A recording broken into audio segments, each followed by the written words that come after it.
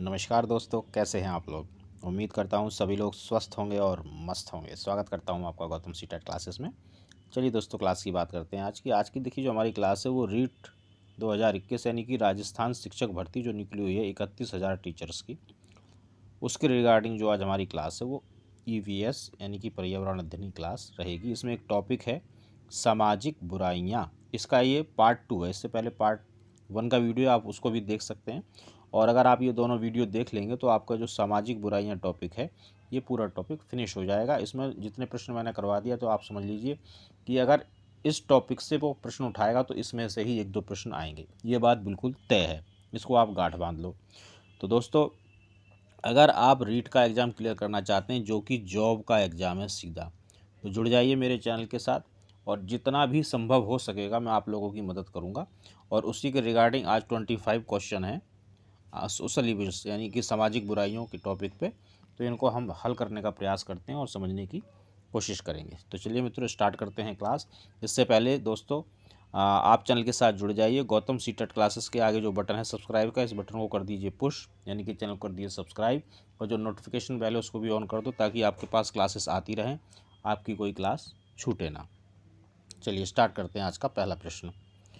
भारत में सार्वजनिक स्थलों पर धूम्रपान को निषेध करने हेतु पारित कानून इन चार में से कौन सा है? पढ़ते हैं। तंबाकू उपयोग निषेध अधिनियम, सार्वजनिक स्थानों पर धूम्रपान प्रतिषेध अधिनियम 2008, सिगरेट व अन्य तंबाकू उत्पाद प्रतिषेध अधिनियम यानी कि कोटा 2003, या धूम्रपान निषेध अधिनियम। इन चारों में से वो कौन सा अधिनियम है जिसके हिसाब से जो हमारे सार्वजनिक स्थल हैं उन पर आप धूम्रपान नहीं कर सकते, नहीं तो पर्ची कट जाती है। लगभग शायद 200 रुपये का इसमें चालान है शायद। तो भाई ये हमारा आंसर है इसका थर्ड, सिगरेट व अन्य तंबाकू उत्पाद प्रतिषेध अधिनियम यानी कि COTPA 2003 के द्वारा ये बात तय है कि अगर आप सार्वजनिक स्थानों पर धूम्रपान करेंगे तो आपका इसमें चालान काटा जा सकता है। अगला प्रश्न देखेंगे। तंबाकू या तंबाकू जनित पदार्थों में पाए जाने वाला हानिकारक अम्ल कौन सा है? निकोटिन, एस्कॉर्बिक, एसिटिक या फॉर्मिक? तो मित्रों, इसमें निकोटिन होता है। आप लोगों ने देखा भी होगा, टीवी पर भी ऐड आता है, उसमें लिखा होता है, वो एक कोई च्युइंगम वगैरह आती है निकोटिक्स, पता नहीं कौन सी होती है, तो वो सिगरेट छोड़ने के लिए उसमें जो कैरेक्टर है वो उसको दिखाते हैं, वो यूज़ करता है उस च्युइंगम को। तो वो निकोटिक्स पता नहीं ऐसी कुछ उसका नाम है। तो वो इस वजह से करता है कि जो निकोटिन होता है इसी की हमें आदत पड़ जाती है तंबाकू में। तो वो जो वो च्युइंगम जो वो दिखाते हैं, उसको अगर वो खाएगा तो ये निकोटिन की थोड़ी बहुत उसको मात्रा सॉरी मिलेगी, और धीरे धीरे उसकी जो है सिगरेट छूट जाएगी। ऐसा उस ऐड में दिखाने का प्रयास किया गया है। बाकी मैंने आपको इसलिए सुना दी ताकि आपको याद रहे कि तंबाकू के अंदर निकोटिन होता है जिसकी हमें हैबिट पड़ जाती है। अगला प्रश्न देखेंगे। शैक्षणिक संस्थानों की कितने मीटर की परिधि में तंबाकू या तंबाकू उत्पाद बेचने पर प्रतिबंध लगाया गया है? 200 मीटर, 250, 100 मीटर या 150 मीटर? तो भाई ये 100 मीटर की दूरी है। 100 मीटर के दायरे में अगर स्कूल है तो आप तंबाकू या तंबाकू उत्पाद नहीं बेच सकते। शैक्षणिक संस्थान में स्कूल भी हो सकता है, कॉलेजेस भी हो सकते हैं। तो अगर वो 100 मीटर के दायरे में है तो आप तंबाकू से बने हुए उत्पादों को वहाँ पे नहीं बेच सकते हो। ऐसा कानून है, ऐसा प्रतिबंध लगाया गया है। देश में सर्वाधिक बाल श्रमिक किस राज्य में है? उत्तर प्रदेश, पश्चिम बंगाल, राजस्थान या उड़ीसा? तो मित्रों, इसका आंसर है उत्तर प्रदेश में सबसे ज़्यादा बाल श्रमिक हैं। ये भी हमारे समाज में एक बुराई ही है कि बच्चों को कार्य करना पड़ता है। हमारे संविधान में किस मौलिक अधिकार में यह प्रावधान है कि 14 वर्ष से कम आयु के बालक या बालिका को किसी खान या किसी अन्य खतरनाक व्यवसाय में नियोजित नहीं किया जाएगा? अनुच्छेद 24, अनुच्छेद 20, अनुच्छेद 17 या अनुच्छेद 19? तो भाई ये है अनुच्छेद 24। इसमें ये बात कही गई है कि जो 14 साल से छोटी लड़का या लड़की है उसको हम किसी खान या अन्य खतरनाक काम में नहीं लगा सकते हैं। ये बाल श्रमिक होते हैं, बाल मजदूरी के तहत आते हैं। अगर ऐसा किया जाता है तो इसके लिए बाकायदा जुर्माना और सज़ा दोनों का ही प्रावधान है। भारत में घरेलू हिंसा से महिलाओं की सुरक्षा अधिनियम कब लागू हुआ? 2004, 1999, 2012 या 2006 में? तो मित्रों ये 2006 में घरेलू हिंसा, जो कि अधिकतर हमने देखा महिलाएं इससे पीड़ित रहती हैं, तो उनके बचाव के लिए एक कानून बना घरेलू हिंसा का 2006 में। अब इसके तहत जो है, अगर कोई घरेलू हिंसा करता है तो उसको सज़ा और जुर्माना दोनों हो सकती हैं, फिर जैसा भी कोर्ट तय करे। देश के सार्वजनिक स्थानों पर धूम्रपान पर प्रतिबंध लगाने हेतु अधिनियम लागू किया गया।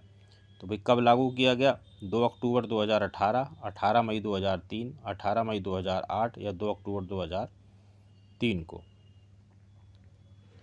तो यह भाई आपका 18 मई 2003 को इसको लागू कर दिया गया था। जो सार्वजनिक स्थान है उन पर आप धूम्रपान नहीं कर सकते हैं।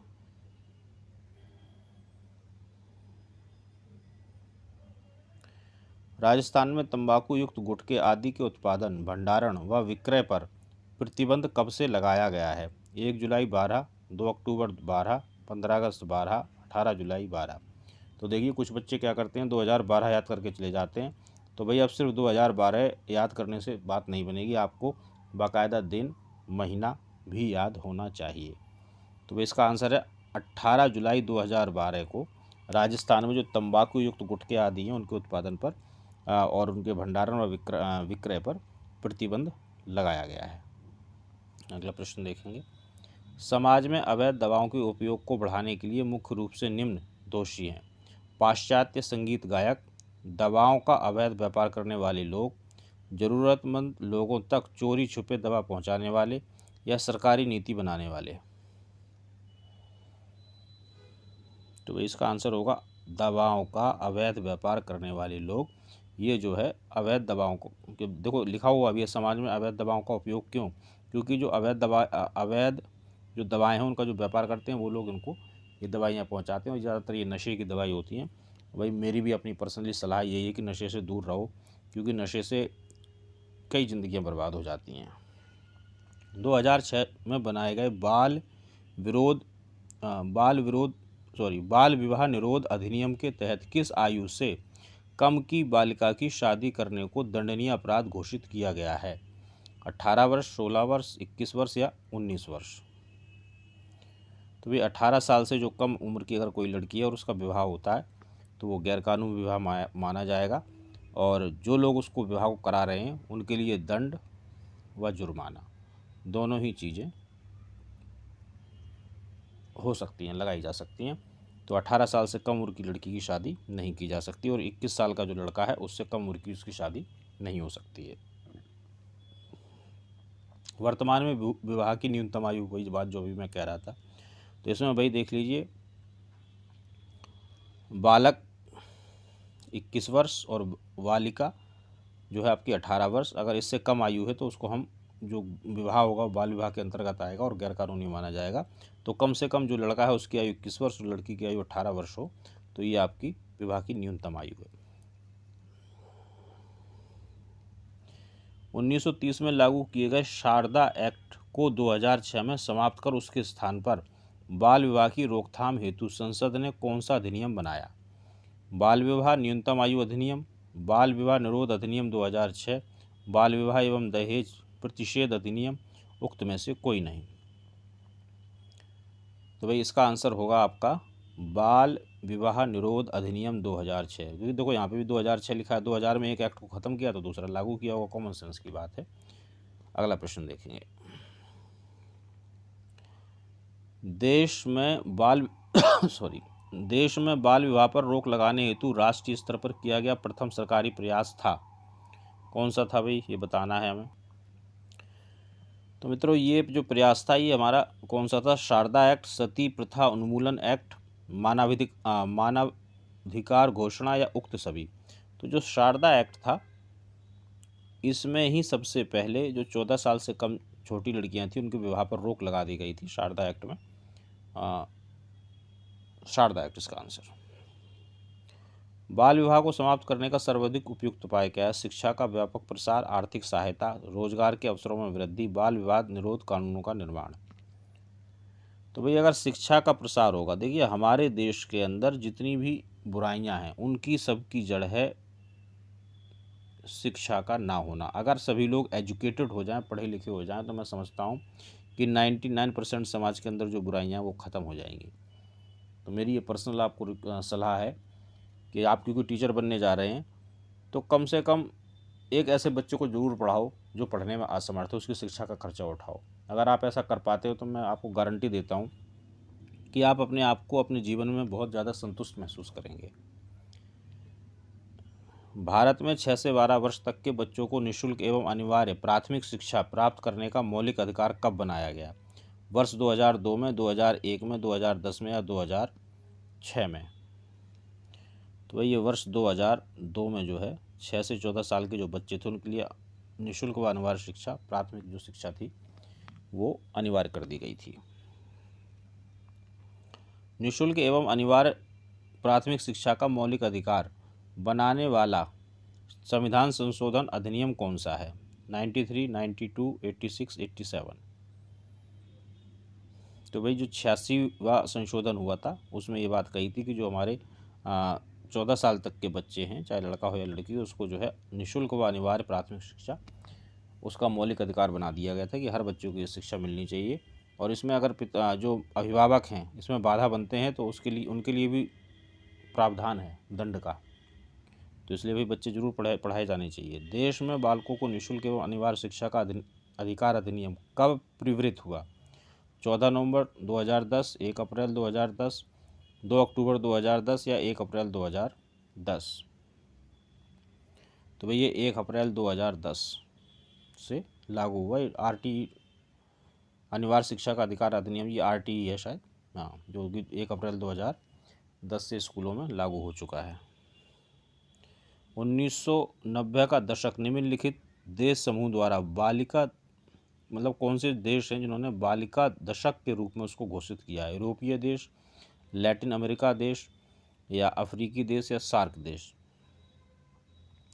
तो जो सार्क हैं, 7 देश हैं इसके अंदर, सार्क जो देश हैं उन्होंने जो है 1990 का जो दशक था उसको बालिका दशक के रूप में घोषित किया है। यूनिसेफ द्वारा हर वर्ष बाल श्रम निरोध दिवस कब मनाया जाता है? 1 मई, 12 जून, 30 अप्रैल या 8 मार्च को? तो ये 12 जून को जो है यूनिसेफ के द्वारा बाल श्रम निरोध दिवस, यानी कि इस चीज़ का निरोध किया जाता है, विरोध किया जाता है कि बाल जो श्रम है वो नहीं होना चाहिए। राष्ट्रीय बाल श्रम उन्मूलन प्राधिकरण की स्थापना की गई 26 सितंबर 94 को, 2 अक्टूबर 95 को, 14 नवंबर 10 को 2010 या 14 नवंबर 2000 को? तो भैया 26 सितंबर 1994 को राष्ट्रीय बाल श्रम उन्मूलन प्राधिकरण की स्थापना की गई है। देखिए बच्चों, ये जो प्रश्न है ना, इस तरह के प्रश्न है कि आपको रटने ही पड़ेंगे। रटने के अलावा इनका और कोई दूसरा उपाय नहीं है। आपके पास इस तरह की कोई बुक होनी चाहिए जिसमें सामाजिक बुराइयों से संबंधित चीज़ें लिखी हों, आप उनको पढ़ें और ये जो MCQs हैं इनकी प्रैक्टिस करें, क्योंकि आपके पेपर में MCQs ही आएंगे। और देखो ये बात तय है, अगर आप अच्छे से तैयारी कर लेते हैं, 110 से लेकर 120 का स्कोर अगर कर लेते हैं आप रीट के अंदर, तो मुबारक हो, आप लोग टीचर बन जाएंगे राजस्थान में। देखिए दोस्तों, आपको लगता होगा कि मेरी क्लास थोड़ी बोर हो जाती है। बोर क्या हो जाती है? फालतू का ड्रामा मुझे आता नहीं है करना, मैं आपको सही बताऊं। मेरा मकसद है पढ़ाना सिर्फ। और देखो, पढ़ाई कोई मज़े की चीज़ नहीं है। मज़े की चीज़ होती तो सब पढ़ लेते। पढ़ाई थोड़ी बोरियत जैसी होती है, मुश्किल होती है, इसके लिए आपको प्रयास करना पड़ता है, तभी जीवन में आपको कुछ मिलेगा। तो अगर आप कभी ये चीज़ महसूस करें कि आप बोर हो रहे हैं, तो आप ये समझ लो कि आप सच में पढ़ाई आपकी हो रही है, और उसको पढ़ें, बोरियत को दूर करें और पढ़ते रहें इसको। किस उम्र तक के बच्चों को कारखाने आदि में काम पर नहीं लगा सकते? किस प्रतिबंध है? 14 वर्ष से जो कम उम्र का बच्चा या बच्ची होगी उसको हम किसी भी ऐसी जगह पे काम के लिए नहीं रख सकते जो खतरनाक है।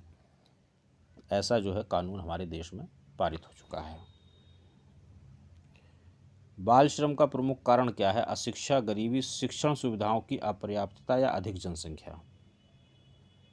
तो ये जो गरीबी है, क्योंकि गरीब है, खाने को रोटी नहीं है तो सबसे पहले आदमी अपना पेट देखता है कि पेट भरना चाहिए, पढ़ाई तो बाद की चीज़ है। अब गरीबी इतनी है कि पेट भरने के लिए लोग क्या करते हैं, बाल श्रम शुरू कर देते हैं। और कुछ हद तक देखिए जो जनसंख्या है ये भी इसका कारण है, लेकिन गरीबी, मुझे ऐसा लगता है कि जो गरीबी है ना वो सबका हर चीज़ का ही कारण है। जितनी भी बुराइयाँ हैं वो गरीबी से ही उत्पन्न होती हैं। भारत में बाल श्रम को प्रतिबंधित करने के लिए बाल श्रम यानी कि निषेध एवं विनिमय अधिनियम किस वर्ष पारित हुआ? 1938, 1988, 1986 और 1917। तो भाई ये 1986 में पारित हुआ था। अगला प्रश्न देखेंगे, भारत में बाल विवाह निरोध अधिनियम किस वर्ष पारित हुआ? 2006, 2008, 2011 या 1997? तो ये 2006 में हुआ था। शायद ये तो प्रश्न दोबारा आ गया, पर कोई बात नहीं, याद हो जाएगा हमें। अगला प्रश्न देखेंगे, तंबाकू की आदत किससे होती है? Cocaine, nicotine, caffeine, histamine? तो भाई मैं भी बताया था मैंने कि निकोटीन जो होता है इसी की लत हमें पड़ जाती है अगर हम तंबाकू का सेवन करते हैं। वैसे तो मैं भाई सभी को यही सलाह दूंगा कि आप इन सब चीज़ों से, नशे से बिल्कुल दूर रहें, क्योंकि नशा पूरा परिवार बर्बाद कर देता है। तो मित्रों ये आज हमारे 25 प्रश्न थे। आप कमेंट करके मुझे ज़रूर बताएं कि आपका स्कोर क्या रहा। और भाई देखो, तैयारी करते रहो, जी तोड़ मेहनत करो। रीट का एग्ज़ाम जो है सीटेट या और टेट की तरह नहीं है, ये सीधा आपको नौकरी दिलाएगा, जॉब दिलाएगा। स्वाध्याय करो, कम से कम 7-8 घंटे की पढ़ाई करो अपने आप। बाकी जो आप कोचिंग सेंटर में यूट्यूब उसको हटा के, और यूट्यूब पे कम से कम ज़्यादा से ज़्यादा 2 घंटे, इससे ज़्यादा यूट्यूब मत देखो, नहीं तो फिर आप समझ लो अपना समय बर्बाद कर रहे हैं। और मेरा इसलिए प्रयास रहता है कि आप बिल्कुल छोटे से छोटा वीडियो बनाऊँ और आपको ज़्यादा से ज़्यादा मटेरियल दूँ। और उसी वजह से मेरी क्लास थोड़ी बोरियत हो जाती है, क्योंकि मैं सिर्फ पढ़ाता हूँ। आलतू फालतू बात करूँगा तो फिर मेरी क्लास लंबी हो जाएगी, और मैं नहीं चाहता कि आपका समय बर्बाद हो। तो मित्रों ये क्लास थी, कमेंट करके ज़रूर बताएं क्लास कैसी लगी। चैनल को सब्सक्राइब, लाइक और शेयर करते रहिए। कोई भी आपकी प्रॉब्लम है इस नंबर पे या कमेंट में आप पूछ सकते हैं। मेरा प्रयास रहेगा कि मैं आपकी जो समस्या है, जो आपके डाउट है, जो आपकी क्वारी है, उसको क्लियर कर सकूँ। तो चलिए मित्रों, मिलेंगे अगली क्लास में। तब तक आप सभी लोग मेहनत करते रहिए, स्वस्थ रहिए और मस्त रहिए।